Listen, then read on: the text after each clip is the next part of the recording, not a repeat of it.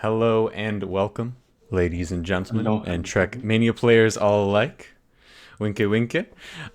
Welcome to the 5th episode of the Author Time podcast. For those of you who have joining us for the first time or are just needing of a reminder, this is the Author Time podcast brought to you by TMA. This is a podcast where we discuss anything and everything about TrackMania mapping. We are here live on Twitch every 2 weeks on Sunday evenings or afternoons, depending on where you're at. And we have a new special guest every episode, who we will get to very shortly here. So, as far as the format, again, if you are new to us here, we talk about everything related to mapping, and specifically starting with an interview with our special guest, followed by some news, some new map releases, some new items, and we are also going to be discussing this month's Rising Star Mapper pick. So you'll be seeing more of that in the future. And then at the end, we will also be having an open Q&A session with our special guest, Chroma, as well. So if you have any questions at any point, go ahead and drop them in the chat. If you're live with us on Twitch, drop them in the chat, and we will get to those in the live Q&A. But without further ado, we have a special guest here. And I think for a lot of people, he needs no introduction, but I'm going to give him one anyways. He is a legendary TrackMania mapper, a player, and a streamer. He's a top-level competitor and one of the most decorated players in the wild world of full speed. He's simultaneously an innovator and a force to be reckoned with, both inside and outside the FS realm, a man whose reputation precedes him. Welcome, Chroma. How are you doing, man? Well, that was an introduction and a half. Holy fuck. Thank you. I'm excited to be here. We're really glad to have you. Really glad to have you here. And of course, I'm joined by my co-host as well, Juice and Agrabrew from TMA. Glad to have you all here as well. Well, Chroma, you've had quite the career. I think that goes without saying. But something we like to do here is we like to jump into things with just a little, taking a look at some of the maps that you've put out in this most recent TrackMania game. So let's take a look at some of those.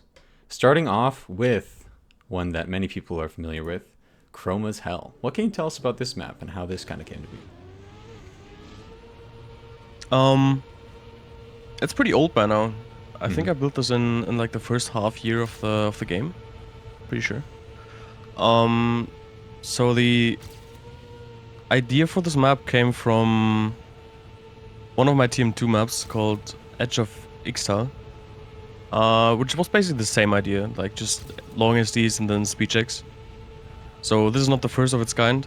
And the name is actually stolen somewhat from Div's Hell, which is a notorious TM2 FS map as well with a ridiculous speed check. So credits to Div for that. Yeah, it didn't take as long to build. These maps usually don't take as long, especially now with the Editor's Trials plugin. I think that helps a lot as well. Yeah. Yeah, it's just long SCs are not that difficult to build if you know how to speed slide. Yeah. That's pretty much it. Yeah, I mean, and this map kind of gained a lot of notoriety. I know you mentioned before maybe it wasn't the first map to do or execute this type of concept, but it definitely kind of had a lot of staying power in the community, kind of serving as a benchmark for holding long, precise SDs and kind of a proving grounds of sorts for a lot of people. Yeah. Why do you feel that maybe this map had that effect on people?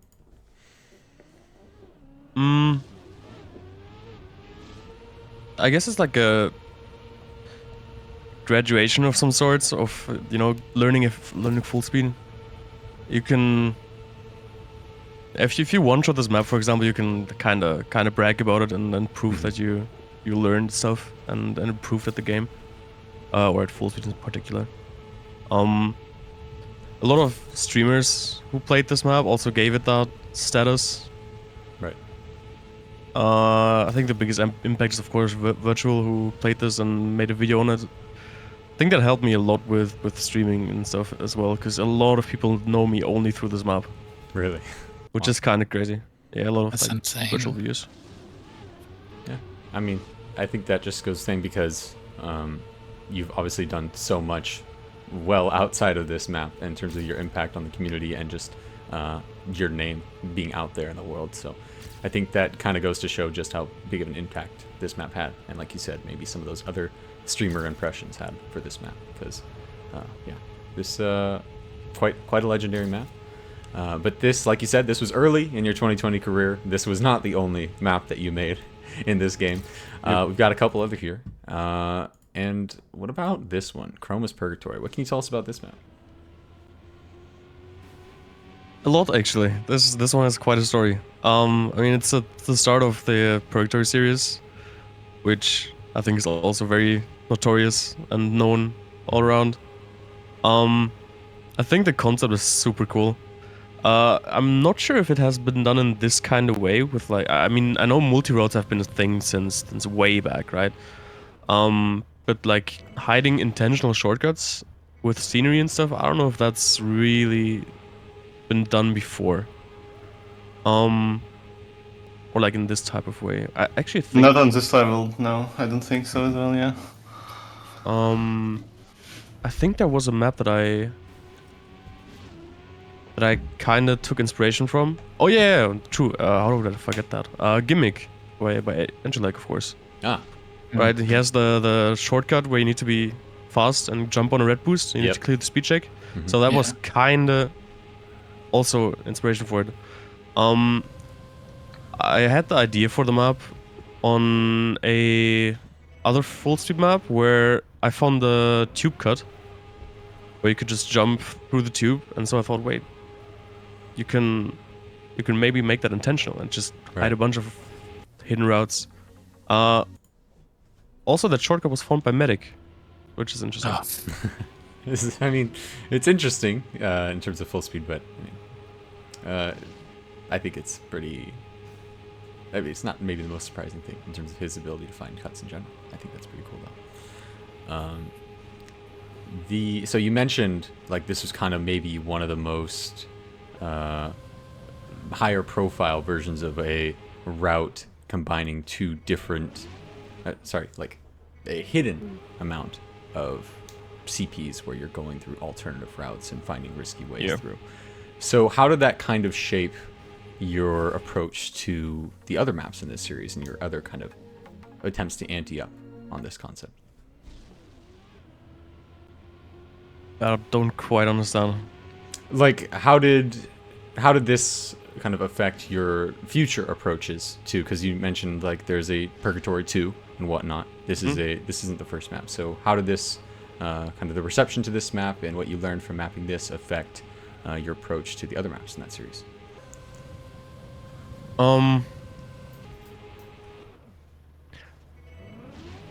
It's kind of weird.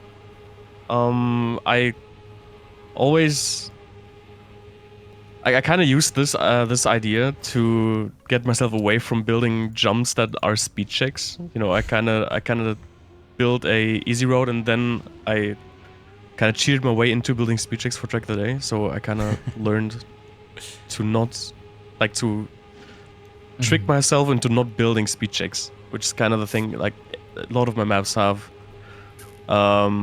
difficult jumps and transitions that are, if you're not the best full speed player, you will have a really hard time on, and that of course hurts your reach with the maps. Right.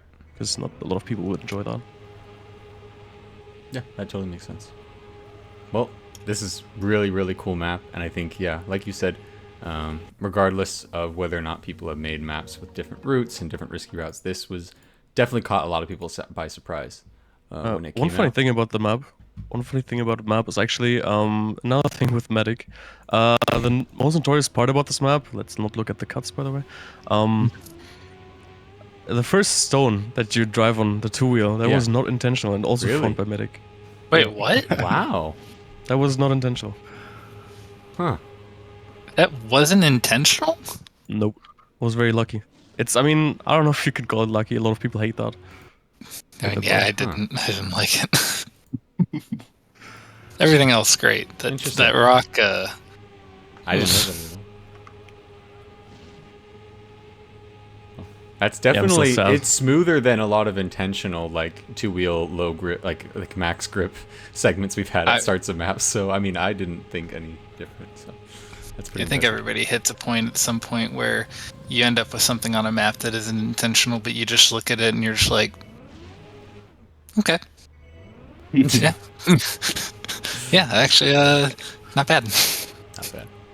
Well, super cool map, and kind of like I was saying before, left a really big impression on a lot of people, and yeah, really well known still to this day.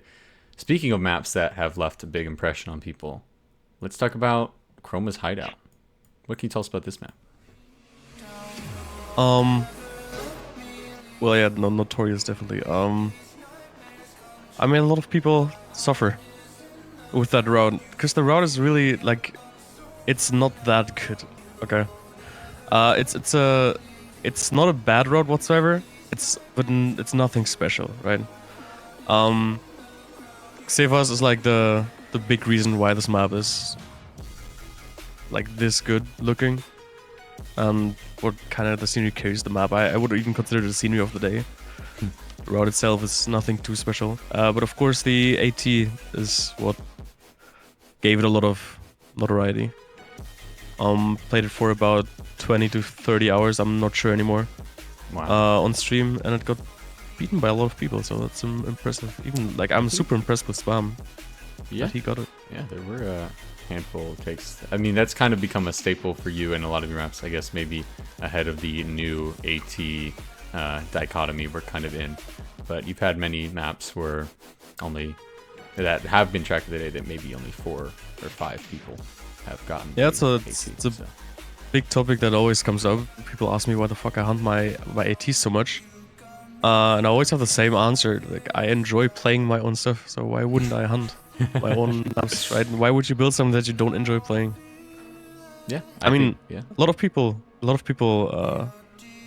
don't like their maps when they're finished building. I've heard that from a bunch of people. Really? I'm not that kind of way. I think that's a really good mindset, that you should have fun by what you're putting out there. And I think that's going to be generally, if that's the case, if you have found something that you enjoy playing a lot, that when you play it a lot yourself, you don't get tired of, that's really indicative of the impression that's going to leave with the people that are coming into it. If you play something a lot and you learn to hate it, then a lot of other people are probably going to feel the same way. So I think that's a really good philosophy, I guess you could say. And yeah, and I think,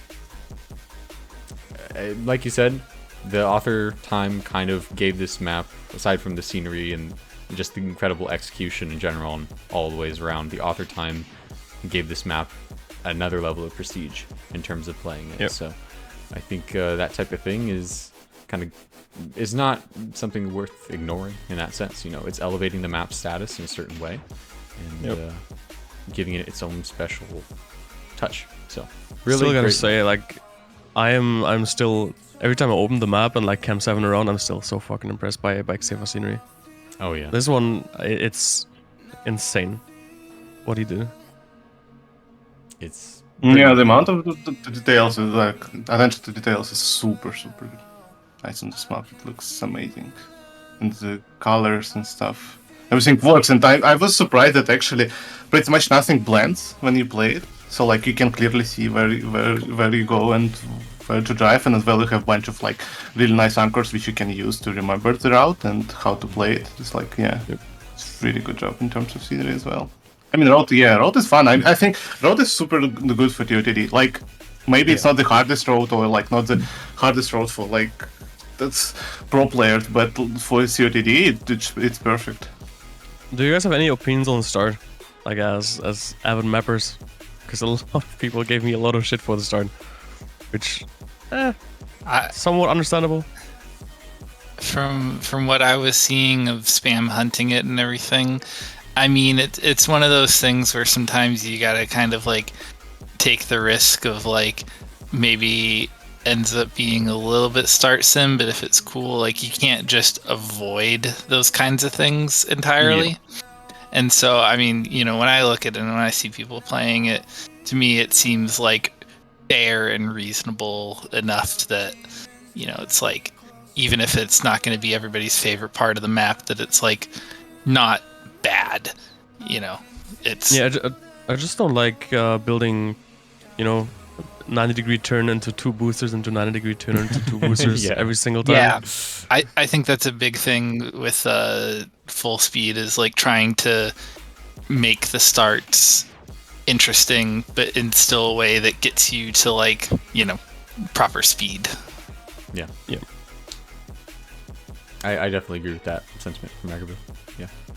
But I think something like this it's more interesting, keeps you engaged, and you're still getting up to speed. So I don't think there's anything inherently wrong. I think, like you said, I'm not a full speed Andy myself, but I know from the full speed maps I'm playing, the things that do bother me are either something extremely precise that's just a couple turns into a crazy amount of speed immediately, where if you're playing it in something like rounds, you could just bonk and go out immediately. It's kind of just, you know, just, oh, okay, well, that's that. I didn't hit the super, super precise angle.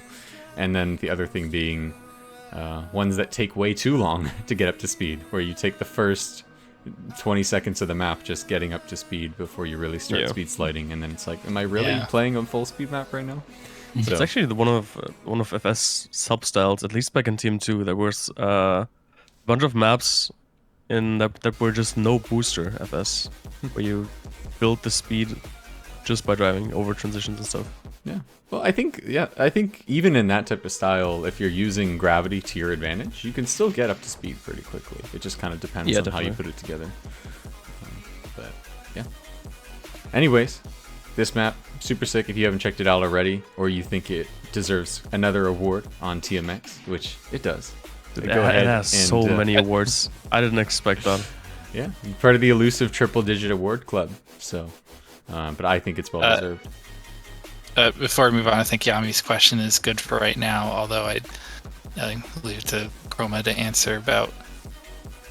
I mean, I don't think it's the reason you drive a green car, but... No. Green is just my favorite color. It's my brand. If anything, it probably went the other way, right? That that was your brand, and that's why the scenery was this. I just like green. That's the whole reason. Based opinion. Like green. Based.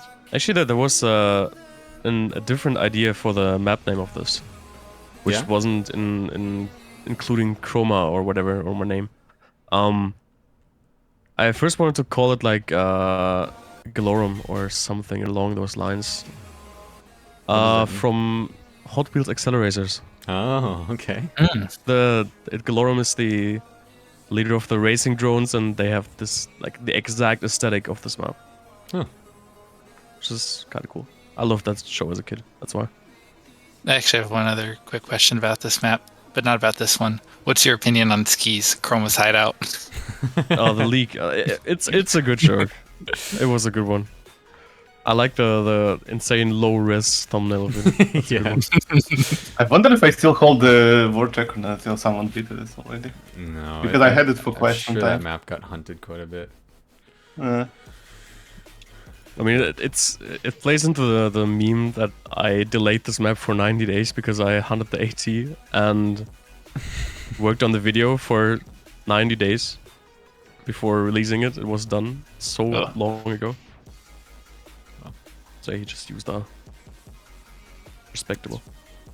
Well, yeah. Make sure if you're going to TMX that you don't accidentally download the wrong Chroma's Hideout, or do, you know, maybe you'll have just as fun of a time on Ski Freak's interpretation. But yeah, super sick map. So you kind of mentioned how this map was kind of an instance of you dialing back that really transitional or really hard FS style that you've kind of come into develop as your comfort zone. And I think that's part of maybe, I mean, maybe you feel otherwise, but for a lot of people that kind of are in that same boat, it's something that can kind of come with the territory, being in that rare position of being a top level competitor in a certain field, but also, whether or not you'd like to admit it, kind of pushing the boundaries of the mapping in that field as well. So I guess my question to you would be, do you find it harder to map for kind of a balanced set of skill levels as somebody who is playing FS at a top level? Mm, definitely. It is hard to build really easy and accessible FS maps for me because it's not difficult, but it's just my mind doesn't want to do it. Like I can't just do an easy wall ride into 90-degree turn into turnover and without transitions, without jumps, without any like elevation changes. It doesn't feel right. So it's kind of difficult to build towards like very beginner style. I think that definitely makes sense in terms of not only just ability, but also what keeps you engaged and keeps you interested in putting together those maps. Do you feel like that's something that you've kind of learned to work around over time? Because you've been mapping FS for about 5 years, and you've also been getting better at mapping FS and driving FS for quite some time. So I'm curious if there's any like skills or strategies that you've developed to kind of approach that problem. Um, I guess I just found ways to make hard stuff not as hard, to just kind of dumb it down a bit. Mhm. I kind of do the same ideas as I do on my like even competitive maps. I just try to make them more accessible, or like on the Pro Tour maps, add an easy route. You Right. can do the same thing on any map, right? You can, if you have a cool hard jump that you really want to include on a check of the day attempt, you just try to build a easy route next to it. That's what a lot of people do, and it kind of works in full speed as well, like easy like that.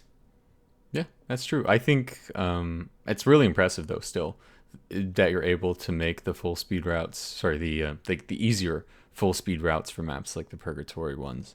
Well, they Still are not as that good. they're not as good, of course, but I think it's impressive regardless because FS is so momentum focused. Whereas in other map, you can kind of get away with, oh, you'll gear down in this turn, but you'll still make it to the checkpoint.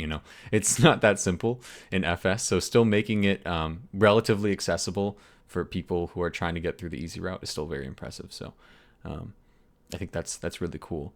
Um, I mean, as somebody who is not as good at FS, I know I can speak for a lot of people that want to map for SS, but it kind of has a notorious like kind of air around it as being a very difficult style to map for, just in Yeah. terms of having to be able to drive it at a certain level to be able to produce maps of a certain quality.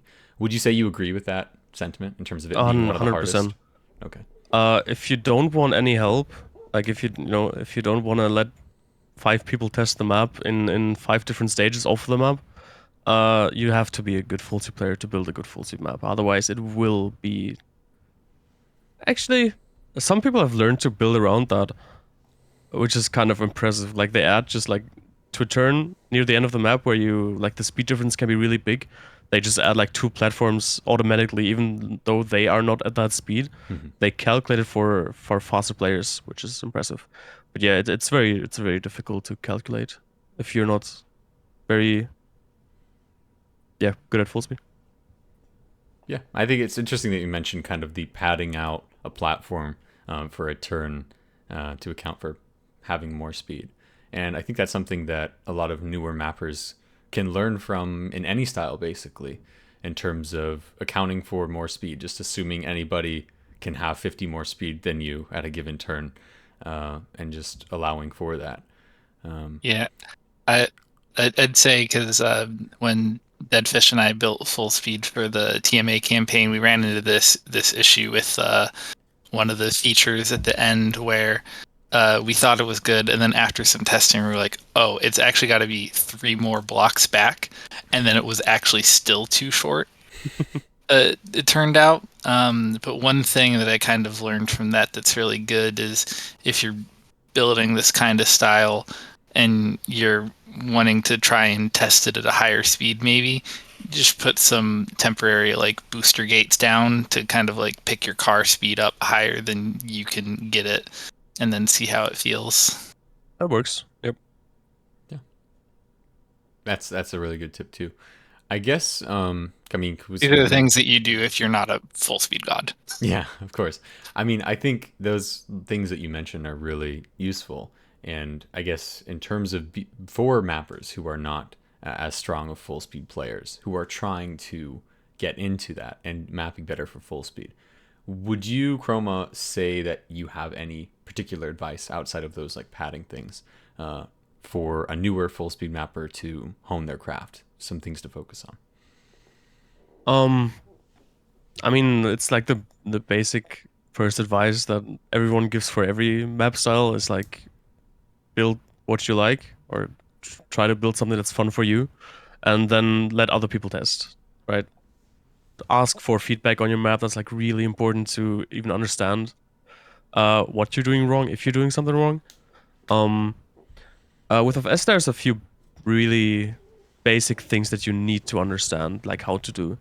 For example, cam changes are very simple.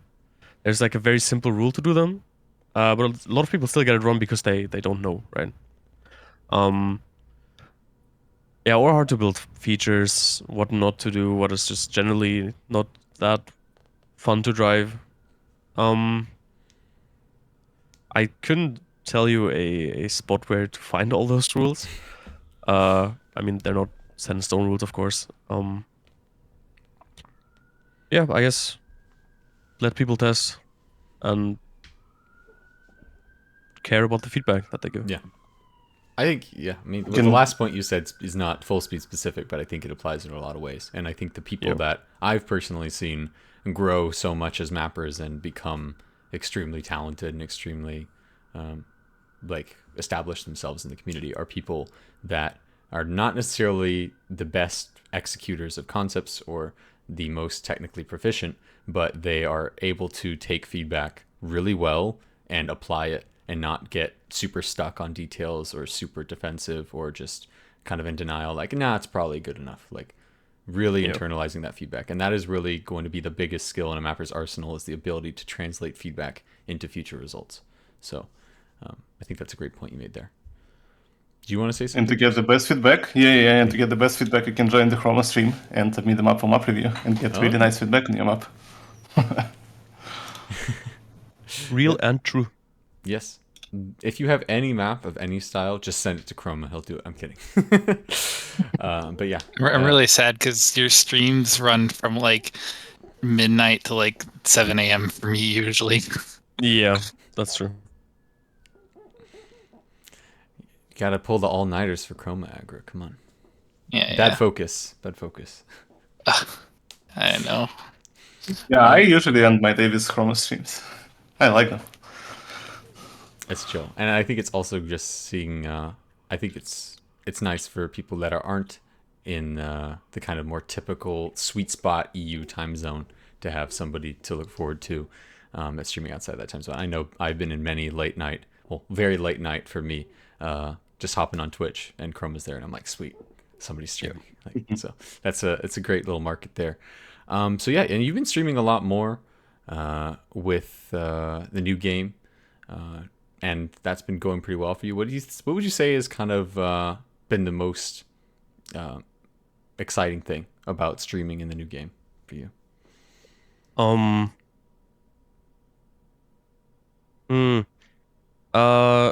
mean, I kind of just started with the new game, streaming like consistently. I did a few TM2 streams back in the day, but not really. My League of whole Legends like too, maybe. Oh yeah, 100%. That's way back though. I tried my shot at being a League streamer. No, I started streaming a few weeks into the game. Wait, did I? I guess like a few months into the game. I started streaming for like a week. Tried to, see how it feels, how fun it is. And yeah, on one of those days I got a virtual raid, and that gave me the motivation to keep going. And now we're here, so it's been a good journey. For things that were fun in the new game, I guess just me improving. I came from TM2 as being, I would guess, around top 50-ish in FS, so I wasn't bad, but I also was far from the top. And with the new game, it just clicked for me, because there was like you could finally see your skid mark overlap, not with just a smoky black line, right? And that was my strong suit, just SDing, and that gave me like a boost, and I kept improving, and just the whole journey. Yeah, that's great to hear. If anybody is not following Chroma on Twitch, go ahead and drop him a follow. Twitch.tv/Chroma. He's on there a lot of times. Really great streams, really great vibes. So definitely give him a follow. I think it's really interesting. What would you say? Go ahead, Juice. Yeah, so I want to talk. What would you say the biggest difference between full speed in TM2, TMNF, and 2020? I mean, between two of them, between say TM2 and 2020. What's the biggest difference for you? TM2 in full and speed? 2020 are not that different. It's like miles different to TMNF. That's mostly just because it's custom blocks, right? Yeah. Late TM2 FS is pretty similar. Mostly because of Firefox, because he started the whole thing with cracked full speed maps. I think the biggest difference is the height difference between road and platform in TM2. It's like a weird specific thing, but that was like the main thing how to start SDs. You jump from road to platform with a ramp, and then USD to a wall, and then exit in the road again, and then do the same thing. Yeah, so like in general, small jumps are not the case in 2020. Yeah. Yeah, I think it's interesting you mentioned like little differences like that, and I also think kind of how you pointed out how it clicked for you with like the more distinct SDs being available for 2020, and I think that has done a huge amount for the accessibility of full speed within TrackMania. People being able to see their SDs more clearly and kind of have that more general understanding of how strong their SDs are, although it maybe is not always going to be the case. It gives it a little bit lower barrier to entry. It also like skyrocketed the skill ceiling for FS. Yeah, because people are cracked nowadays. Yeah, I mean, I think that's definitely helped as well. But I think the just the general with a more interest to the FS scene and more players, it doesn't surprise me at least to see people getting so cracked as well, just because of the interest and kind of the allure of being one of those top players. But like you said, people are cracked, and it's really cool to see how incredibly talented some of these players are these days in the new game. And I mean, I guess going along with that idea of the new game bringing a handful of changes, we've definitely seen FS change and evolve through the new game, like you mentioned, with custom blocks and whatnot. And I guess my question for you would be, what would you personally see as like the biggest breakthrough in full speed mapping specifically in TM 2020 in terms of pushing the style forward like to new heights? There's one specific map that comes to mind. It's Zeitgeist by Firefox.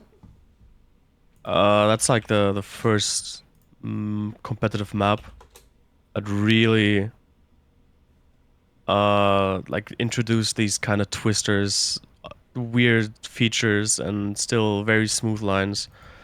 It's a very notorious map from the first team full speed competition in this game.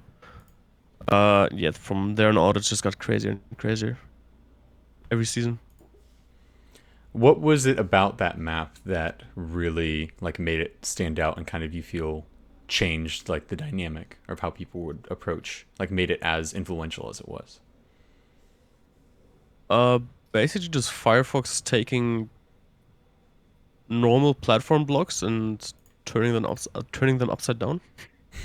That's like the big thing. Like that like I said, the twisters. There are 3, I think, in different ways, and that was one of the first maps that introduced them.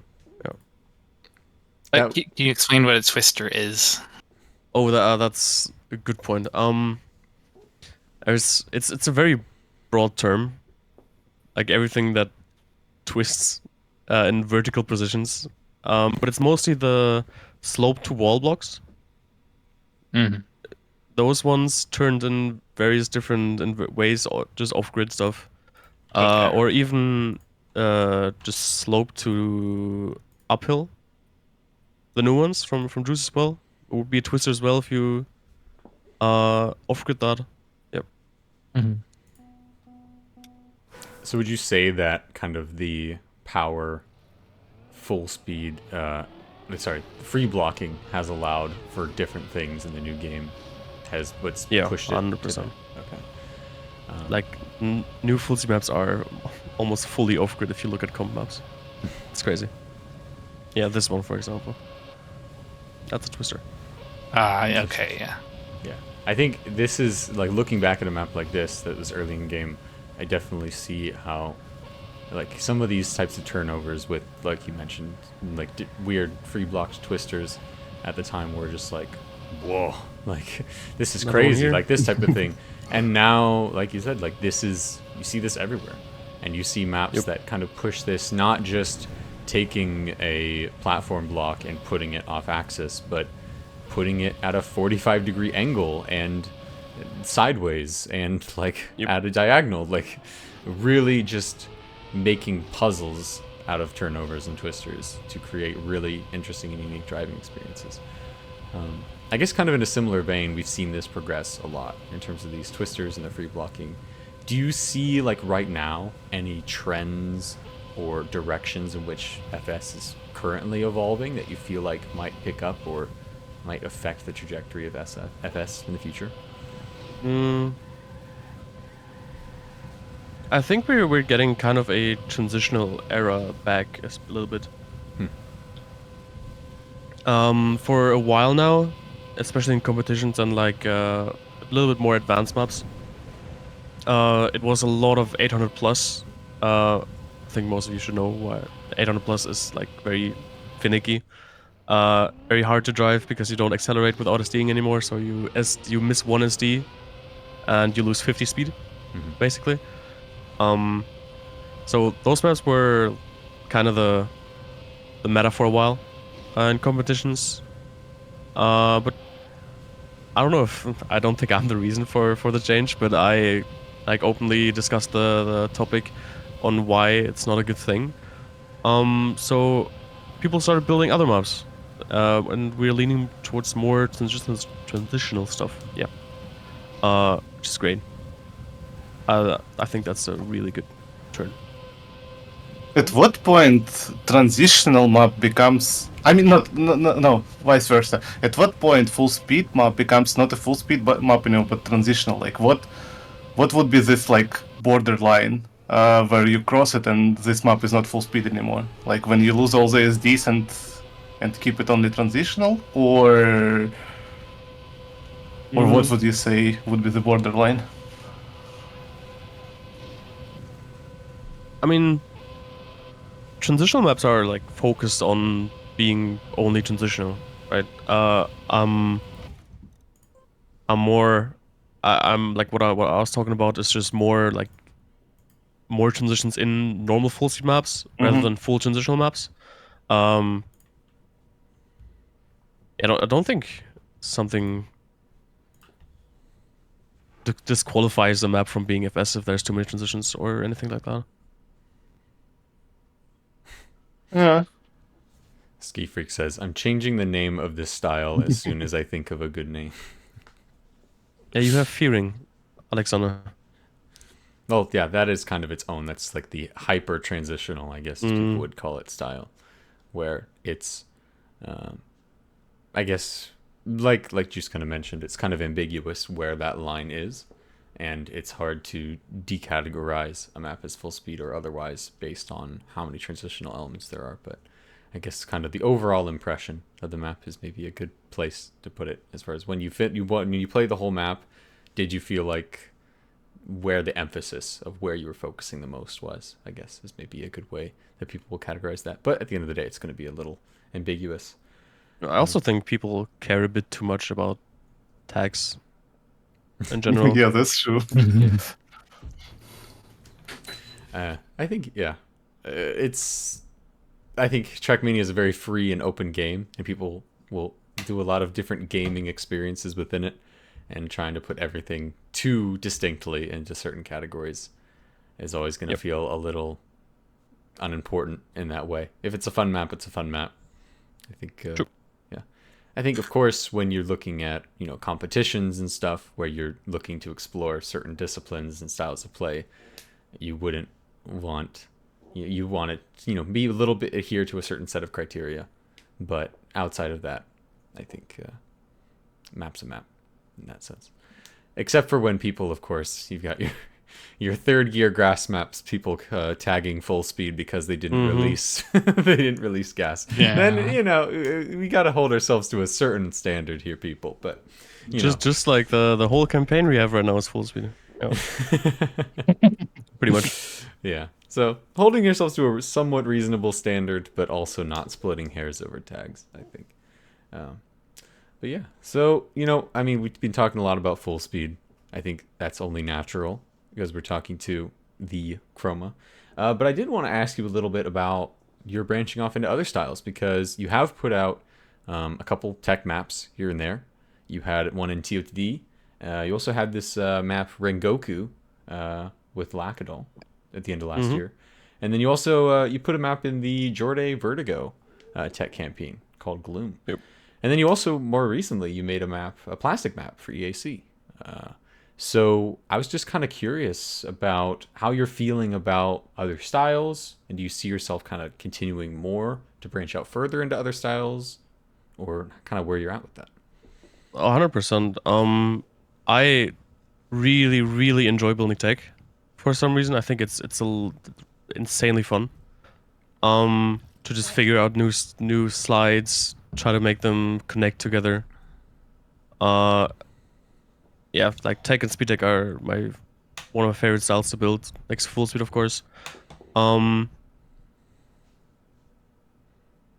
Yeah, I have a tech map in review. It has been reviewed like 3 months ago, but sadly we didn't get it yet. That would be cool. I will just keep building mixed stuff whenever I feel like it. Really.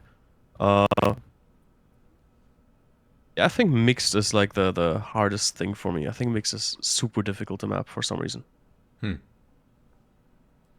Is there any particular reason why mixed is the harder style for you? I think because there's so many options. Like you can just do everything, and that kind of makes it more difficult for some reason. Interesting. At least for me. So do you find that when you are more restricted in terms of the styles of turns and whatnot you can do, that's where you're more creative and you think more outside the box? Okay. Yeah. Yeah, I definitely get that. I think when you put kind of an arbitrary expectation on yourself to utilize a more diverse set of features and surfaces and styles through a map, it's easy to forget the more creative elements of the map and making it feel interesting and diverse in its own way, just in terms of how you drive it. So that is not super surprising to me, although I'm sure there are many people that would disagree just in terms of the technical execution aspect of mapping things like tech and full speed. But I think coming from yourself, that makes a lot of sense. Yep. Yeah, I guess, are there any styles that you haven't touched at all that you are interested or that we would be seeing maybe in the future coming from you? I think I've built every single style. I haven't released every single style. I actually still have an ice map that I didn't release. Oh. Oh yeah, true. I also built ice full speed. Those two maps are sadly broken. Those were fun to build. Yeah, I started an RPG map that I think RPG is nothing for me. Trial maybe. I have like 3 CPs of a trial map I started. I also built Kaki, that's true. I don't think there's anything that I never tried to build. But yeah, I didn't release everything.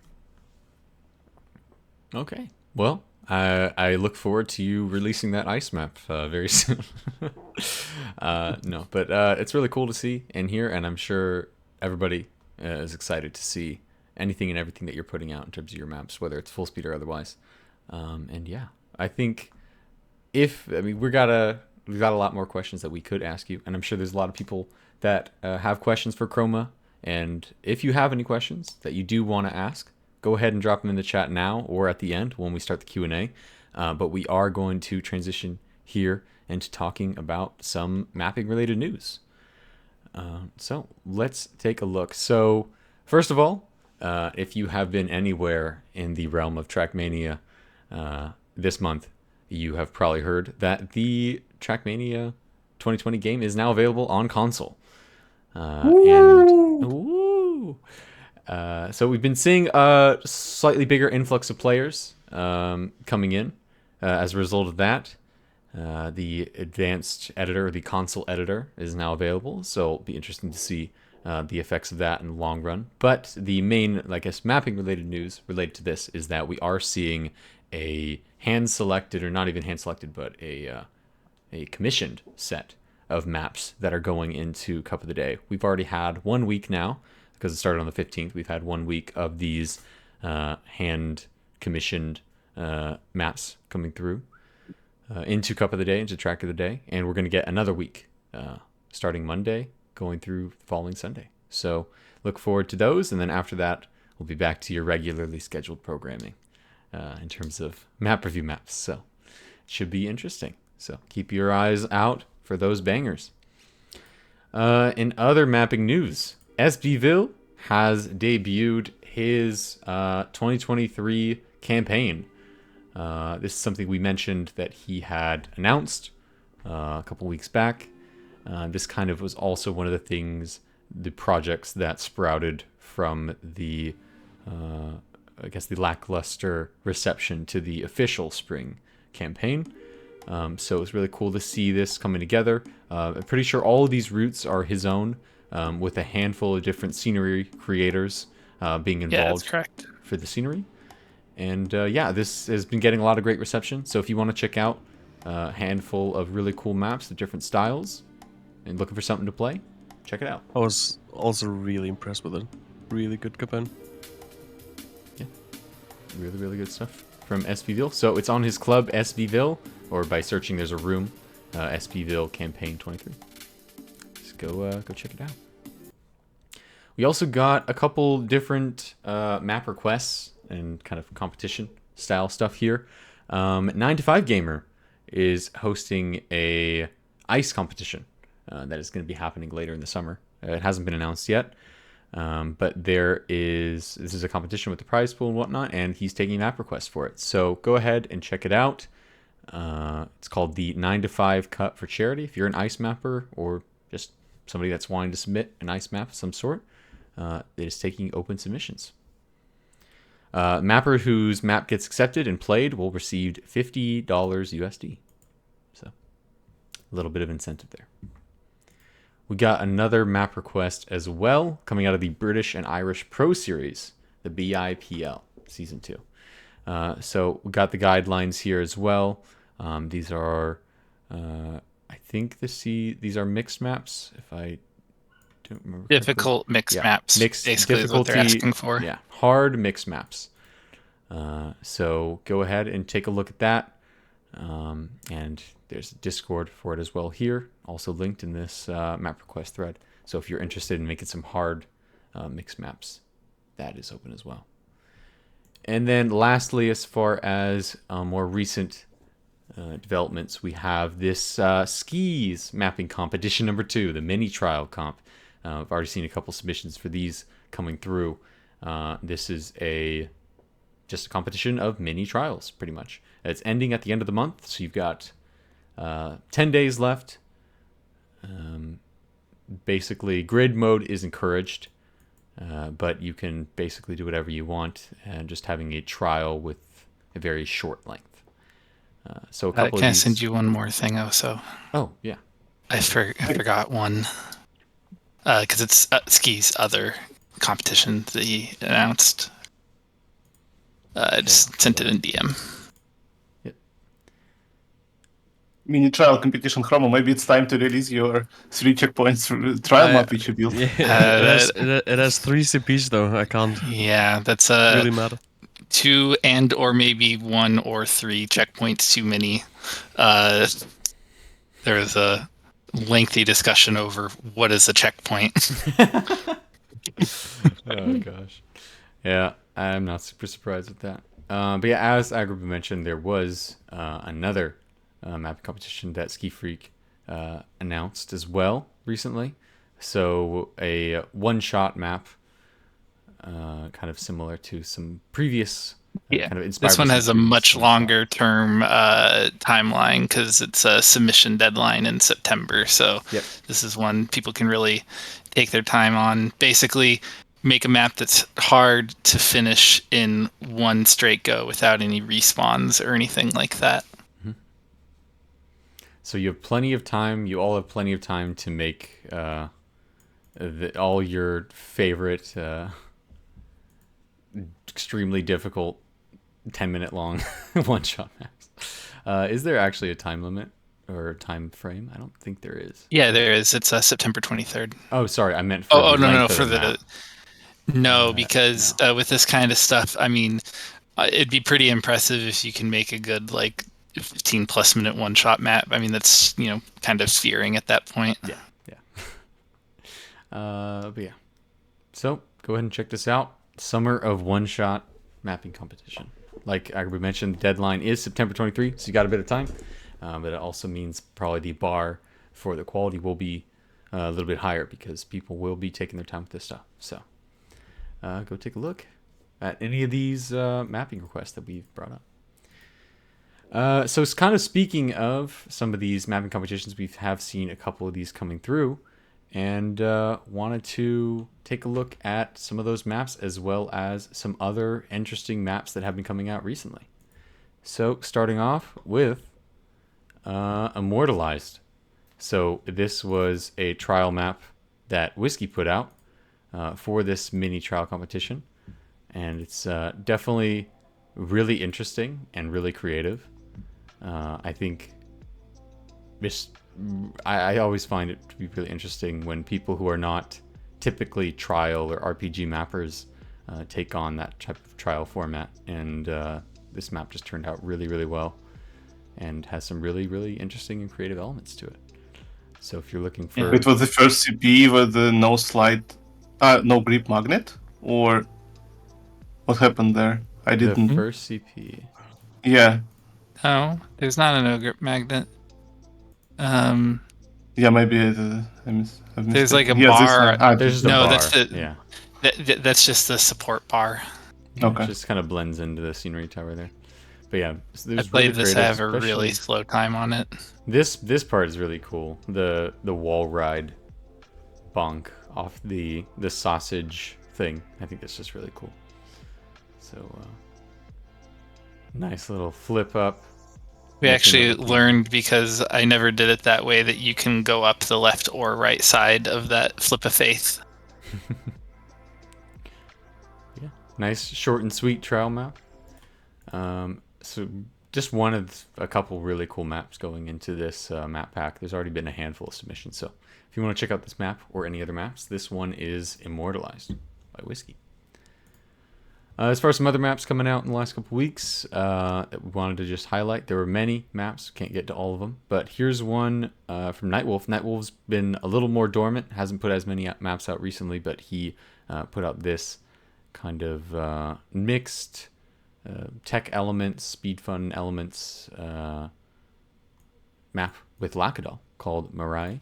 Really cool Japanese themed scenery and a really interesting route with a lot of kind of more creative and unique elements to it. So it's definitely worth checking out. What were you going to say, Agrippa? Oh, I was just about to say, because you were skipping through, but the video doesn't show the route. It's just... Yeah, it's just a little showcase. But yeah, it's a really nice map. I played So it many earlier. maps. So many maps with Japanese style scenery.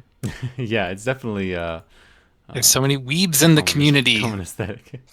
But yeah, really, really solid aesthetic, and Nightwolf is always doing a great job of executing on that type of concept. So, speaking of executing on really cool concepts, we got this map from Vemnim, Feet Okla. Vemnim on the route and Okla on the scenery, and I think this is just a really, really cool map. It's kind of a mix of mixed speed, not speed tech, but like tech and technical dirt setup, but with really unique elements, and it kind of plays into this whimsical mountainside scenery. I think it's just really, really great map all around. Some really cool stuff, and a very, very challenging AT if you want to hunt this. So if you want to check it out, it's Aravel featuring Okla by Vemnin. Give it a try. We also got a map coming out from Ellipse. This is him kind of jumping into the tech dirt with this like vanilla plus with extra aesthetics zone. Definitely some influences from a couple different styles going on here, and just the execution is really, really solid from Ellipse. So if you're looking for a really cool, really solid themed tech dirt map, go check it out. Surge. And then as well, another map coming out in the last few days was Aether World by Origox. This map is such a cool atmosphere. I think Origo X Origox, however you pronounce his name, is really always kind of coming up with interesting atmospheric concepts in his maps, with a lot of free blocking and a lot of really intense visual elements that draw the map together. In this map in particular, it's these big free blocked rings that kind of find themselves intertwined with and wrapping around the route, creating this really massive sense of scale for the atmosphere. And yeah, it's a lot of like speed tech, speed fun, auto drift centered stuff. A lot of the type of stuff that we'd expect from this map. It's funny. I was sometime in voice call recently, I had seen like an upside down waterfall somewhere, and I was like, wow, why don't people do this more? You need more of this. This is like a really cool thing. And then this map came out like a day or two later. Yep, he was reading your thoughts. Yeah, exactly. Yeah, super, super cool map. Definitely a banger. Also, I just wanted to highlight, like you mentioned, that the scenery is just really well integrated into the route. I mean, you can see the way some of these floating rings are part of the route as well, and I think that's something that, like, you know, even I struggle with at times, to get the scenery to like not just be around the track, but really feel like it's kind of one and the same. So, you know, it's cool to see something like this able to execute that really well. Yeah, really, really solid map. Really solid map here from Orgo. Definitely give it a check out. It seems definitely like a map that we could be seeing in Track of the Day as well. Once we go back to the curated ones through map review. So definitely give it a look. We got another one here from Intax. This one came out very recently. It's a transitional dirt, very fast, very cool aesthetically as well. Intax is really not just showing his growth as a route mapper. I think he's been strong as a route mapper for a long time, but his scenery, he's always kind of experimenting and pushing himself with the scenery and creating really cohesive and impressive maps. And this is no different. So really impressive stuff here from Intax, and really fun, flowy, and kind of a little bit more friendly of a route in terms of it's not super, super difficult. So yeah, go ahead and check it out. Komorebi by Intax. And then lastly, we had this map, Smitten, from EveryRev. I know something that Chroma and Agrivu probably be able to talk a little bit more about than myself. Wait. What is that time by Josh? No. Wow. Wait, does that say 0.5? Yep. It says 0.5. Oh. Holy. Okay. We can. That is interesting. We can get the live reaction to the run here. All right, time to get Josh on the podcast now. All right, Josh, explain yourself. What is this run? Should I do a comparison, or is that a little? Am I digging in the? No. Like, my end is funny though. I full crashed the end. Nah, you'll not see me if you look at Josh.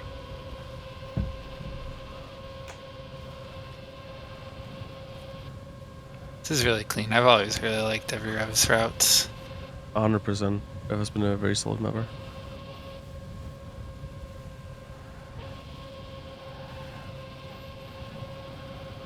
I remember one week during the past full speed of the week season, I think he had a map in, and just seeing it come up with every Rev, I was like, okay, good. We got to go map this week. One of those people that's very reliable in terms of the quality, the stuff they put out. I'm confused. Why is this fast? We can try to analyze. The speeds he had didn't look insane. I mean, definitely good, but I didn't expect 0.5. That's sick. But yeah, a really good map. It's a bit of a start sim. But other than that, it's a very cool one. It seems like it pulled away pretty quickly at the beginning, and then you stayed pretty close for the rest of the map, seems like. Yeah, he didn't really gain much more after that. So, just the start. Let's see this on my end. crash. Oh my god. Let's see it one more time. That might explain some of the difference too. Maybe a Yeah, I little lost bit. You seem like 0.13 around.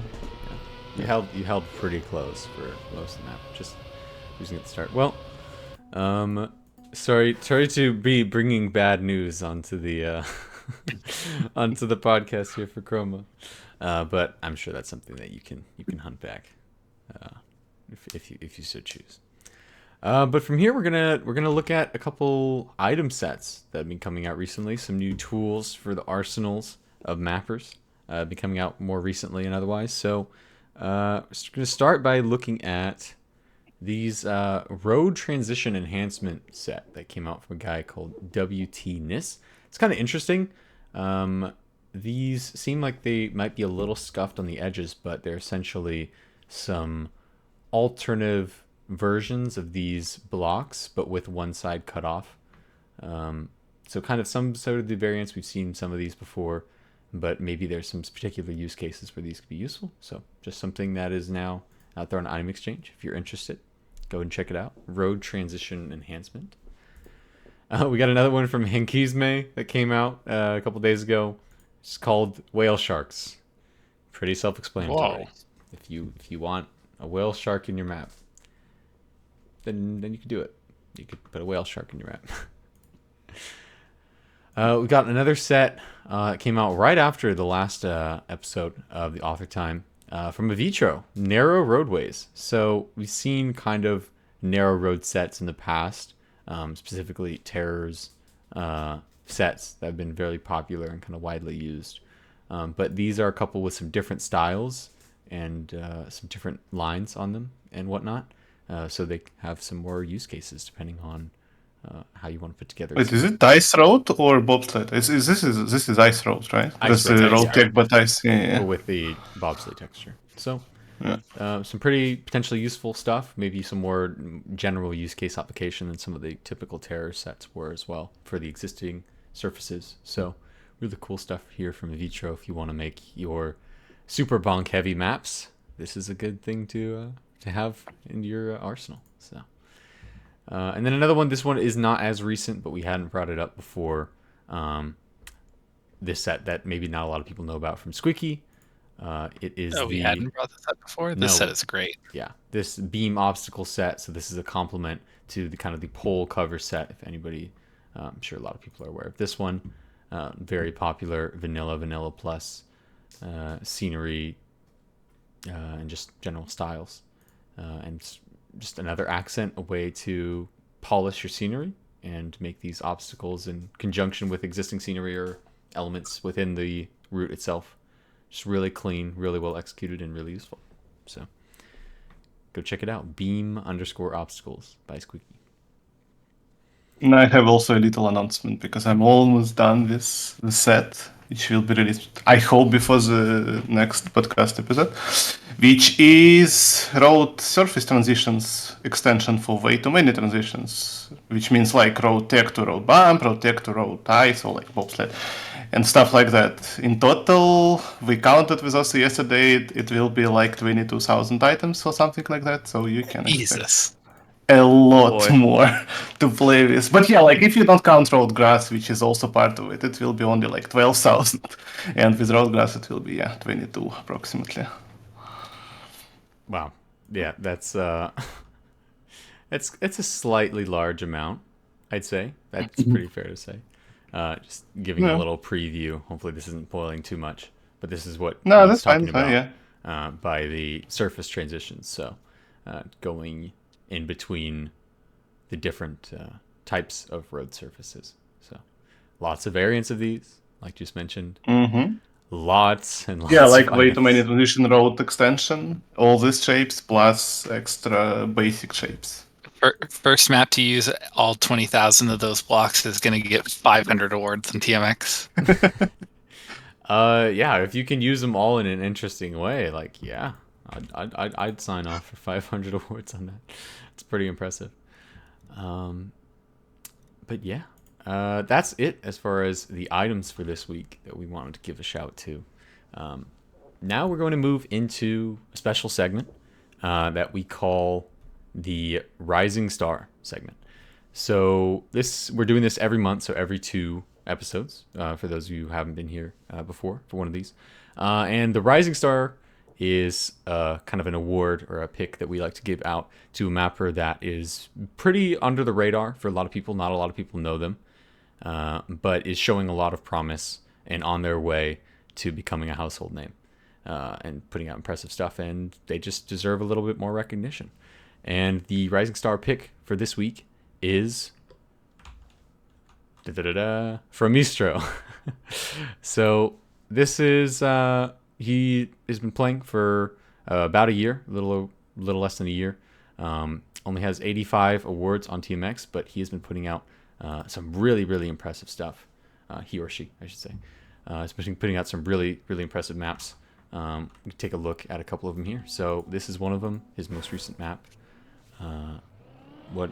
If we're doing this, we should watch my video. Oh, we can Well, watch actually, that. though, the ski record is new, but I made a track showcase for this because this track is super cool.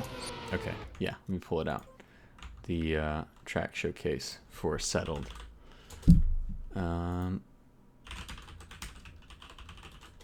it up here. Here we go.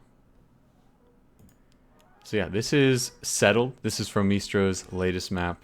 And like Agar was saying, it's a really cool one. What do you want to say about this, Agar? I think people know me as a big fan of grass stings, and when I started playing this for the first time off of Ellipse's recommendation, jaw just kind of dropped even on the first run with like how good and clean some of these transitions are. I think it really utilizes grass in a nice way that's like really flowy, but also requires you to like be like really good and precise with car placement throughout. And really clean scenery too. Fully polished. I could definitely see this ending up in track of the day, and hope it does.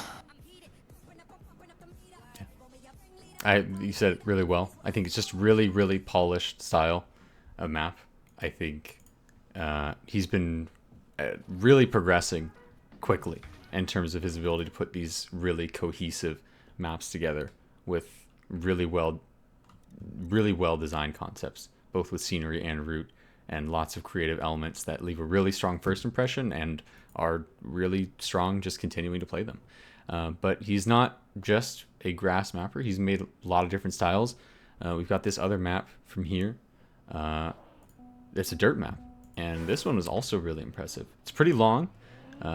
It's full minute long, kind of more technical dirt map, but kind of plays on this concept of convex, or I guess convex dirt turns, whereas most dirt maps are really focused on those concave edges. This one's focused on holding the right line through these more convex turns. And I think it's a really cool concept, and it's really, really well executed with a really consistent scenery. I was originally actually making a showcase video for this map because me, Whiskey and Ellipse found it pretty quick after it came out. But Kevy's run has a couple of like mistakes in it. Yeah. And unfortunately, even with those mistakes, it was still too fast for me to keep up with. So I couldn't set a better run. So I was like, fuck it, Settled just came out. Just my get God. this right. Yeah. That looked almost intentional. Yeah, I don't even know. But regardless, same thing. Track's really flowy. And got like a really nice minimalistic scenery here. And TMA campaign items. Mod check. There they are. Oh, yeah. I love scenery with just floors. Like the huge huge floor item set with just plastic, colored plastic, or water, or whatever. It's just so useful. Yeah. It's an easy way to give a nice different atmosphere. Mm-hmm. Yep. Yeah, I think it's also cool, like, seeing maps that have a very small scale, but outside of the stadium. A lot of maps exist outside of the stadium with some huge, gigantic atmosphere, and there's nothing wrong with that. But a map that's able to create a more, like, intimate environment, I guess, while still being outside of the stadium, kind of its own little microcosm, is really cool, and it gives it its own flavor, its own vibe, and this map definitely falls into that category. Just even if it's the normal water blocks, it's still a floor full of water. Same thing. Really mad. Yeah, it's really minimalistic, but it just captures, and it's just so effective. Just really impressive stuff here from Istro. And like we mentioned, he's definitely dabbling in lots of different styles. We got another one here from him. That's a Sausage Tech map. And it's just really, really well done map. This one's also, again, a pretty longer map, so definitely a lot of places to gain and lose time. But showing more of his just ability to execute on some really creative and cohesive ideas, both in terms of the route and the scenery. This time bringing in some more custom blocks, but not a lot. Just kind of keeping it very simple with the types of blocks he's bringing in to be really effective with how he's using them. Just like some really basic terrain and mountain blocks that he's surrounding with these vanilla elements, and making a really, really cool feeling map. Very fast, very flowy. So really, really promising seeing him coming out with all this really interesting stuff and all these different styles. I think he's going to continue to do really well with these types of maps. So if you are not already, go ahead and give him a follow on TMX. I think it's fair to say he's going to be putting out more maps of similar quality. So if you are looking to check out Fromistro and his maps, go ahead. You can find him on TMX. Sorry, I just found his link again right here. Fromistro. So yeah, congrats to Fromistro. Doing a great job, and can't wait to see what else you put out. All right. Well, without further ado, then that is bringing us to the end of our scheduled programming, I guess here. But we're not done completely. We are going to open it up now to anybody who is in the chat here on Twitch live with us to ask any and every questions that they have, either for our very special guest Chroma or just the group of us as a whole. So do we have any questions in the chat? I saw one a little earlier. Who has been the most inspirational to you, Chroma, as a mapper, that you've drawn inspiration from? I mean, obvious answer is just Firefox in general. I guess Ski as well. I'll give him that. Transitional stuff from him is very inspirational as well. Well, I guess Ski. Like that. We have, any and all questions. If anybody has, go ahead and drop them in the chat. We have another one from earlier. So Chroma's Void. So you did release a sequel to Chroma's Hell. Kind of similar concept. 6 speed checks surrounded by really precise SDs in order to make those happen. So I guess yeah, what was your like main focus going into that sequel to kind of up that ante? I just wanted to make it harder, pretty much, because I got a lot better since Chroma Cell.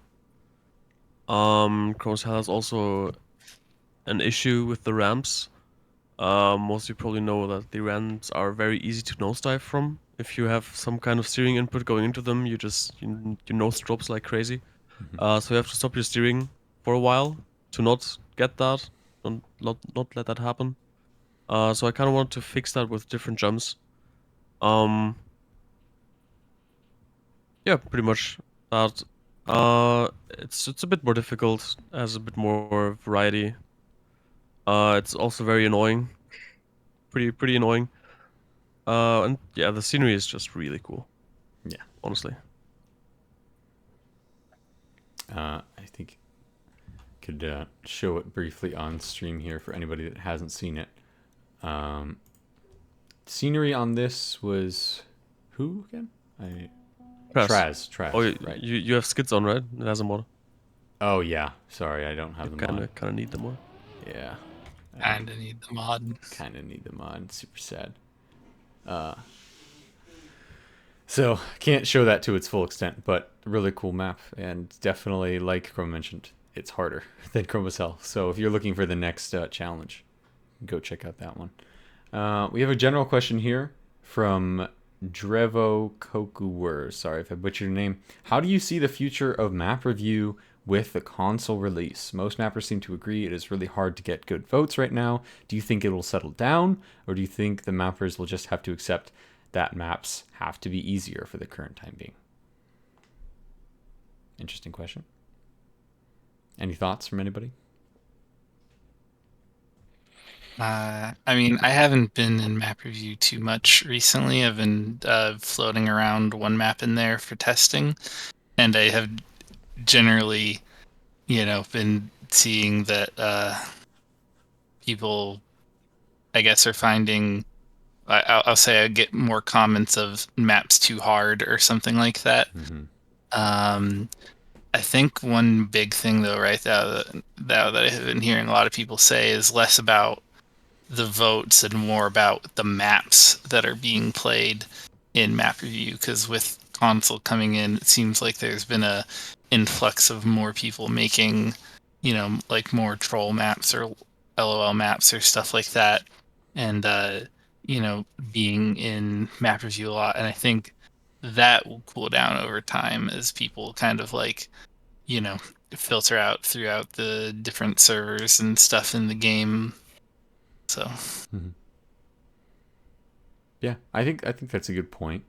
I guess just kind of, and it's like, well, in a different vein, I think we've heard a lot about maps getting easier, and for map review specifically, the type of maps they want being easier. I think it's a little early to really jump to a lot of conclusions about what the post console landscape looks like. But I think it's definitely something we can expect to see easier maps on average. At least maps that don't have easier routes available being suppressed more or not chosen as often. But it kind of remains to be seen. I guess we'll kind of see in the coming weeks how that dynamic develops as we see the first kind of set of hand-picked map review maps come through. So, yeah. What else do we have? Other questions? Oh, one from earlier. Chroma, how do you feel about SD trainers? We've seen them kind of have a mixed reception, and sometimes obviously like a cheating element to them in terms of their use in actual play. But I'm curious how you feel about future or current use of SD trainers as used as part of things such as mapping. Do you feel like that's kind of cheating, or do you think it's just kind of another tool that mappers can have? I mean, for mapping, I think it's completely fine. I think it would make for more calculated and good FS maps for more people, since they don't need to have anyone test the maps really. At least if they can manage with the SD plugin. Um, in general, it's just a really volatile thing, which we don't know. It might already be happening that some people play with it, and we don't know. There That's kind of the bad thing about it. there are definitely people that do it. There are. I'm not using this as a platform to point them out, but I'm aware of people that have their own custom coded plugins that give them some tools that most people don't have. That are otherwise maybe against the terms of service. So we'll kind of see how that develops in the future. But as Skifik mentioned in chat, this is something that we are going to see being available in an offline mode for in the future, in an offline/training mode. And Also, like one thing I always want to emphasize in this whole discussion, there's a big difference between the Shorty plugin and the Fake plugin, right? The two types. Shorty's plugin is the one that changes the skid colors depending on your SD, how good it is, right? If you have a good SD, it's green. That is feedback. That is technically like dashboard or anything, right? Vegas plugin shows you what steering input you do. That's cheating, right? You just move your input to that right. indicator, and that is just unfair. And that's a big difference between the two. Yeah, I think that's an important distinction, and it's interesting that you point that out.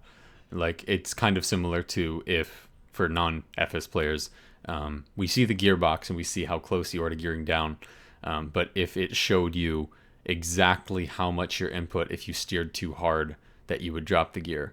So like the exact or like sweet spot that you want to keep the gear like in. a flash up, stop steering now, or like a warning that shows you exactly 3, 2, 1 stop, stop your car from sliding. Like it's a bit more than we have now. And I think, as more of these things comes out and more people push kind of the envelope with these types of plugins, it'll be interesting to see what other debates get started. I know there's these, I think we mentioned it on the previous podcast, but for ICE in particular, there's been some more tools being developed that are currently undercover as part of them debuting as a training tool as part of the future soon TM offline mode. But kind of specific tools that can monitor exactly when you are going to slide out and what the ideal iSlide angle is. I think the problem with that is if someone really wants to, they could make their own version of Open Planet, or like a kind of modified that can kind of ignore those offline mode limitations, and they can just do whatever they want and have a crazy advantage. Because it's not like the inputs are detectable like with slow-mo, right? The Riolo incident.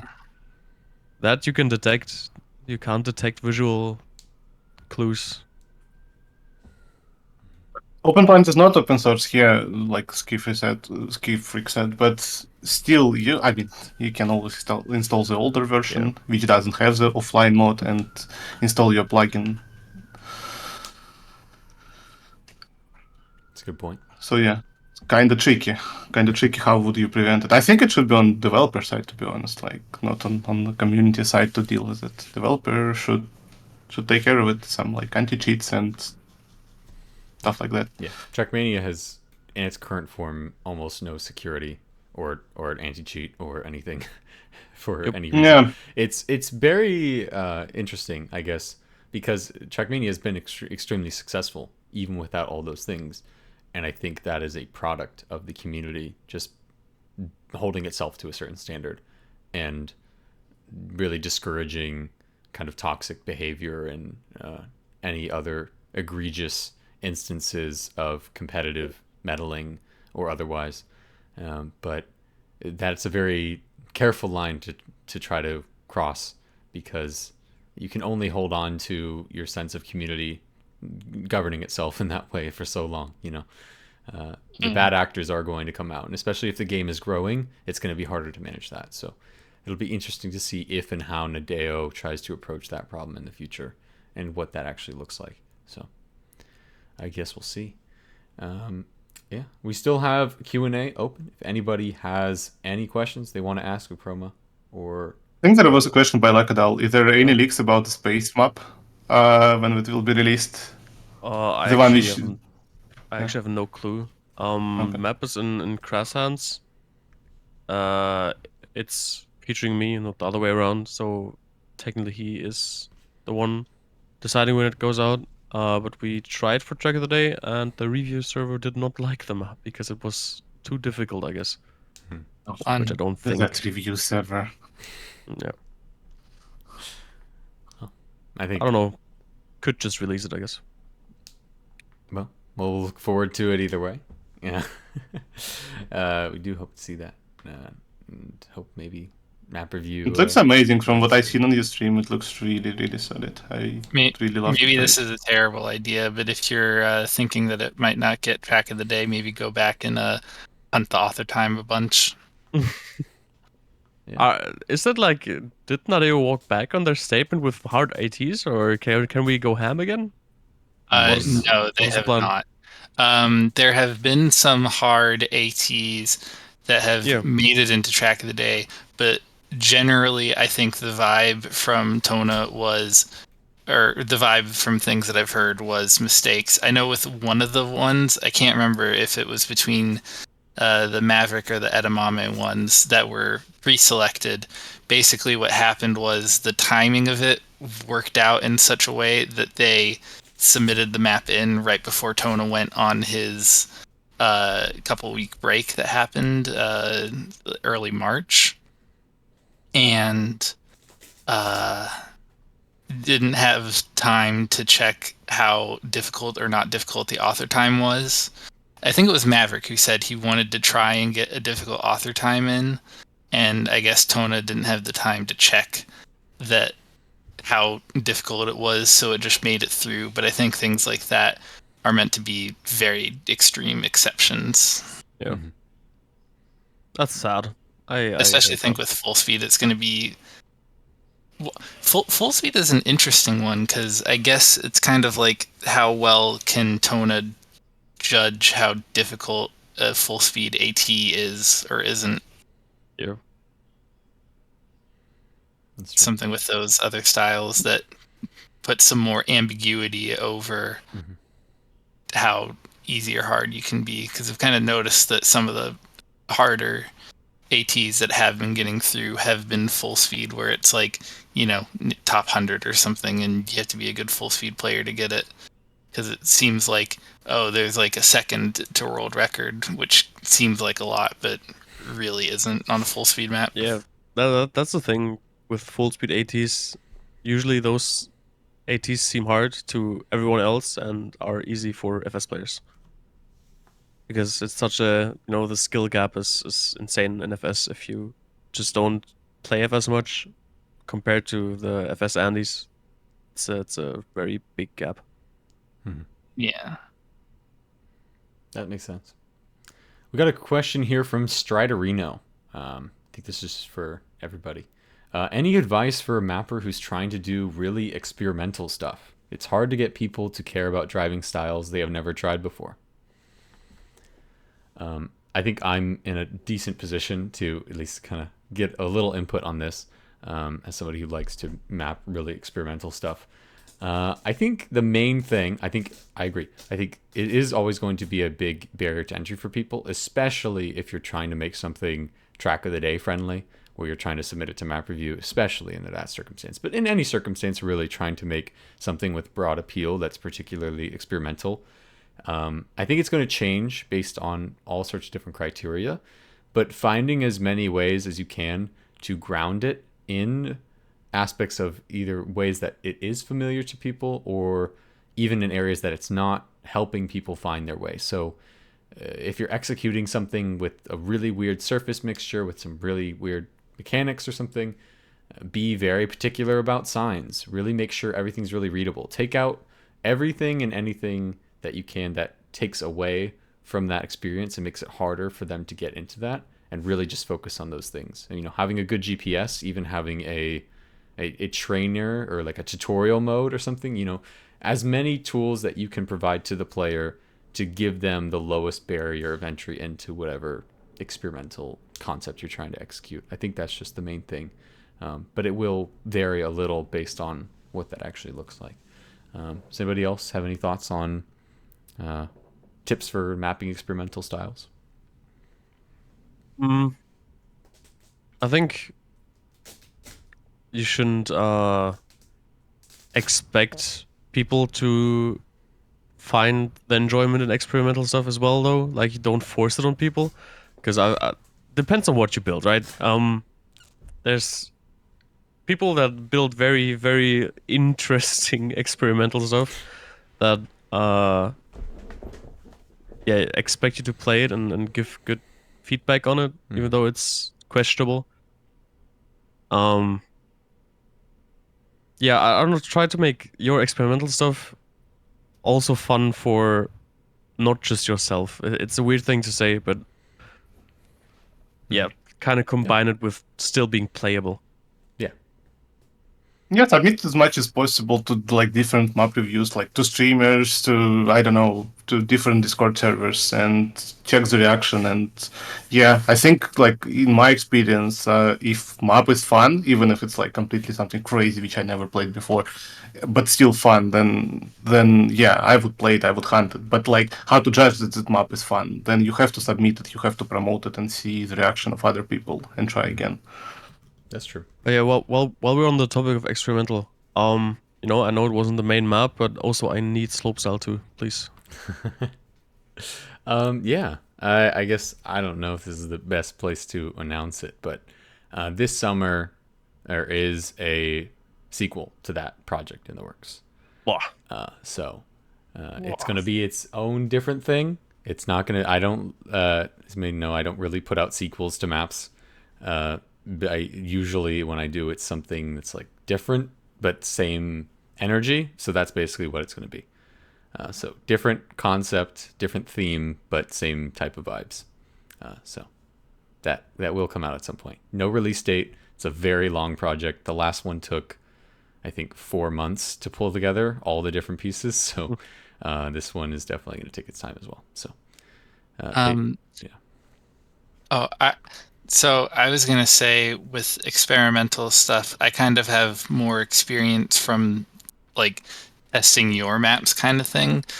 So I guess I kind of already know this already, but when you're having people test maps, and particularly Oso, because your maps are very wild and creative, do you take it like you kind of like handle the task of having people test it in a different way than you would for something that's a bit more normal? Maybe a little bit. I always try to come into it with like a blind impression, blind discovery perspective. Like I want to see how people perceive a map the first time they play it. And it's with something experimental that's always going to be the case where people have a very initial gut reaction to it, like, what the hell is this? You know? Like, so I want to see that though. It's really important. And I think it's maybe not as key of a factor in, a tech map, but I mean, having the same exact philosophy going into it, into having that testing done is going to help you even in that, where you're not really guiding them. You're not providing any other input. You just want to see first impression. What do you feel about this? And if it's something that's really clear, like people are really struggling at this part, or they're not wanting to try something out, or they're just really turned away by this one part piece, understanding why and understanding how and seeing if there's something that I can do to address that. So I guess I think in that sense the difference would be that, like, say if I was making a mixed map for a competition, I could send it to someone and be like, hey, can you test this? And I'll just send it over DM and then just kind of like wait for them to test it or something.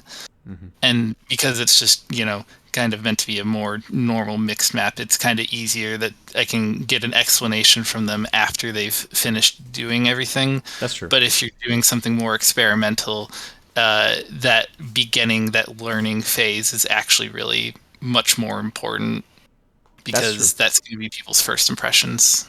That's a really good point. Yeah, I didn't really think about it that way, but that's definitely a good point. That was my thoughts from like testing your maps, is that it feels a lot more like obviously you still do those refinements and those like deeper testing and like trying and retrying parts over and over again. But it with a lot of experimental stuff, it does become very important to be like, okay, how do you actually do the process of learning the map. Yeah, I think it's a really good point. I have nothing to add to that. It's very well said. So I have the same thing. What Ski says in chat. It's really really weird to see, like, if you spend ages on a map and then you see someone else drive it for the first time.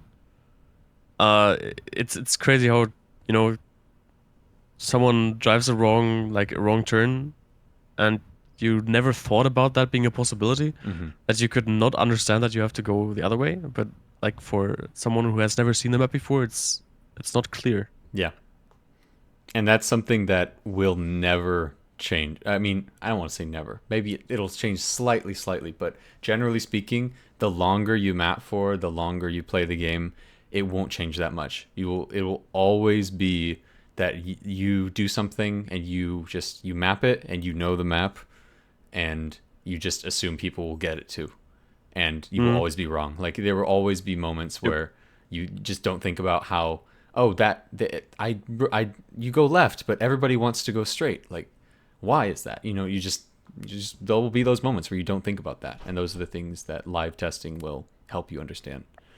So yeah. Ski, Interesting tip from Ski. yeah, mentioned the mirroring a map as a kind of a way to test readability of it. That's an interesting concept. I've definitely never done that because that would be a pain in the ass. But Yeah, we could have a tool which actually would do it for you automatically, because it's like, in terms of coding, it's not that hard, but like manually mirroring the whole map, imagine. yeah, because with easy for Blender maps, yeah, I guess so. Yeah. For the Blender indies, I am not a Blender map specialist, so I would have a harder time with that. But Clearly, the best solution would be to learn Blender in order to just mirror your maps to test. Learn Blender to do this random arbitrary testing thing. Yeah. But And ask yeah. Benji to edit as an option for editor helpers. I'm true.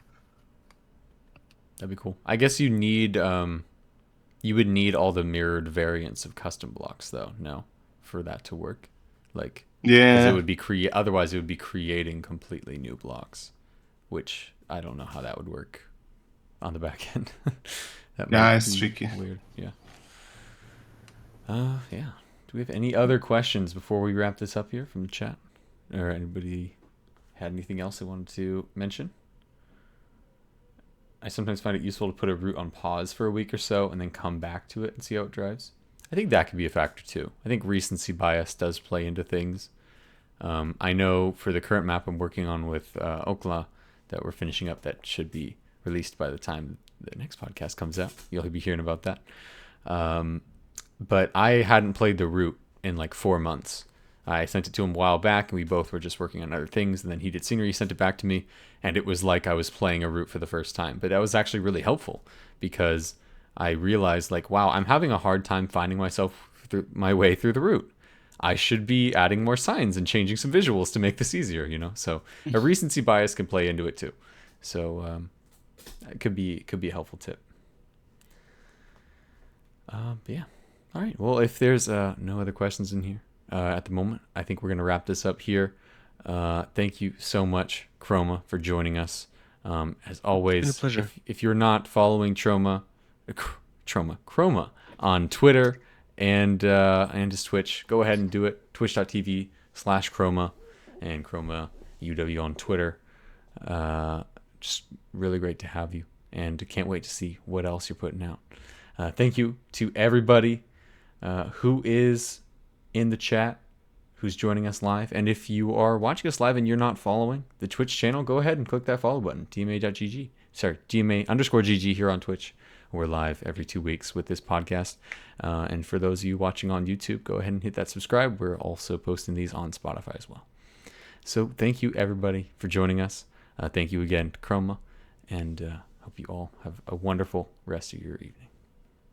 Thanks so much, guys. Bye-bye.